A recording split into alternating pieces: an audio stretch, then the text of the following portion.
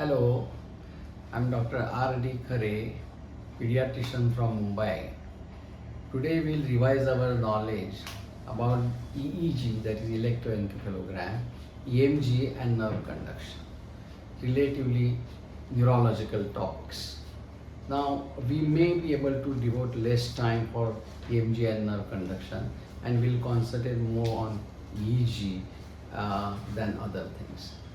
Now electroencephalography picks up the electrical potentials from the brain. The electrode is on the skull and a systematic record is kept, and that is what we call as EEG. Now the abnormalities in the EEG. EEG is the best method of detecting or investigating a seizure disorder. So let us divide our talk into EEG in seizure disorder and EEG in non-seizure disorder. Yes, in non-seizure disorders also EEG is important. EEG in seizure disorders. Most important thing is to classify it as focal or generalized. A seizure which is focal has a different outlook altogether as generalized. The most common cause of recurrent seizure disorder is epilepsy, barring typical febrile conversion. So when I talk about seizure disorder, I will largely dedicate myself to epilepsy. Now seizure disorder, epilepsy can be generalized or focal. In generalized epilepsy, as detected by EEG, combination of clinical diagnosis and the different EEG patterns, you can come to the diagnosis, also prognosis and follow-up of the patient. While in focal disorders, you may have a focus in temporal region, parietal region, frontal region and occipital region, and diagnosing focality in seizure is often important. Sometimes the approach is different. Later on in a resistant case, if there is a surgical intervention is required, then diagnosing focality is important. So we have different patterns of focal and general. Now there are certain EEGs which are characteristic of something. For example, childhood absence epilepsy, where we call it as petit mal epilepsy, 3 Hz spike and wave pattern per second is petit mal, as we call it, or childhood absence.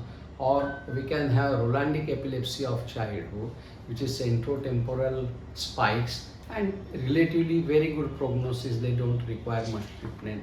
Or maybe hypsarrhythmia, typical of infantile myoclonus. So often the EEG is quite typical to give the diagnosis there itself. So EEG and the diagnosis of epilepsy.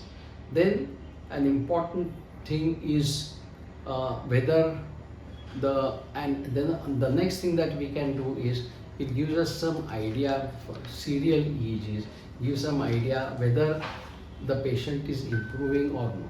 Clinical deterioration of patient, but EEG wise he is improving, you may have to think again.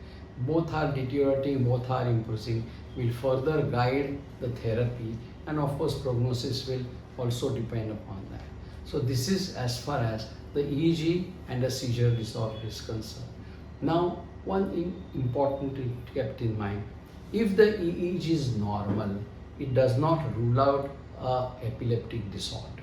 There may be small number of such cases, but is kept to be mind. And the other way around also, the patient is normal, no clinical seizures, but has an abnormal EEG. In such a case, the technicality is to be looked into.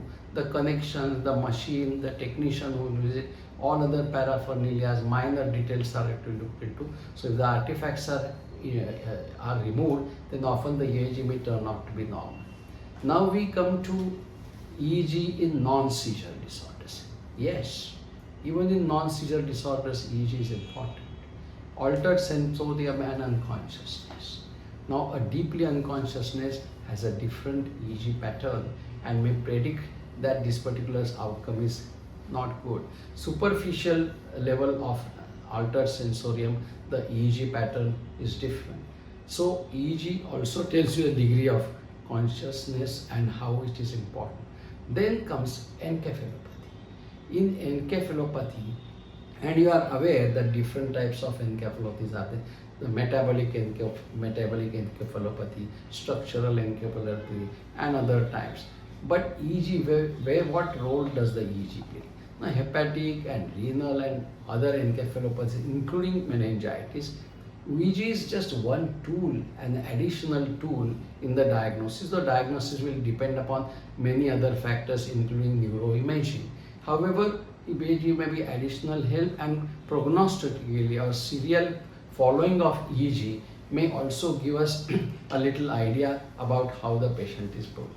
So, patient with encephalopathy, this EEG may be of some importance. And another very important thing which we often do is sleep disorders and EEG. Now you know that polysomnography is something which we ask for very frequently for obstructive sleep apnea, and therefore is one indication these days followed very frequently for EEG. And apart from that, some sleep disorders like the child is irritable and they are very irritable during night, they get up and rowdy behavior, or REM type of sleep disorders, and sleepwalking. These are some of the sleep disorders, parasomnia, which may be diagnosed on EEG basis. More than that, here we help take the help of EEG to rule out an organic cause more than diagnosis of the disorder based on EEG. Similarly, in psychiatric disorders, especially if a psychiatric disorder is erupting relatively suddenly and lasts for some time and then surprisingly subsides also suddenly, EEG is important to make sure that underlying epilepsy is not the cause of this. So this is as far as epilepsy and seizure disorders are concerned. Now, another important thing is in an unconscious patient, during seizure, we will consider two, during status epilepticus or during actual seizure activity. And EEG taken at that time gives a lot of information. One important thing is in status epilepticus, non-convulsive status epilepticus, the patient may look exactly like he has delirium. And not the least, in a patient where you have to finally declare the death, where the line has to be a flat line, it's important. I'll give you an example. The patient is on a ventilator and all clinical parameters suggest that there is no sign of life. However, before disconnecting the ventilator, you may like to have a proof, and there a flat EEG line may give you the proof legally also. So in some of these cases also, an EEG gives a lot of help to us. So this is as far as the EEG in seizure and non-seizure disorder. And finally, some time for EMG and nerve conduction. Now, they are relatively invasive and some of our children don't cooperate well, especially for EMG but also for nerve conduction. Now we will go in short.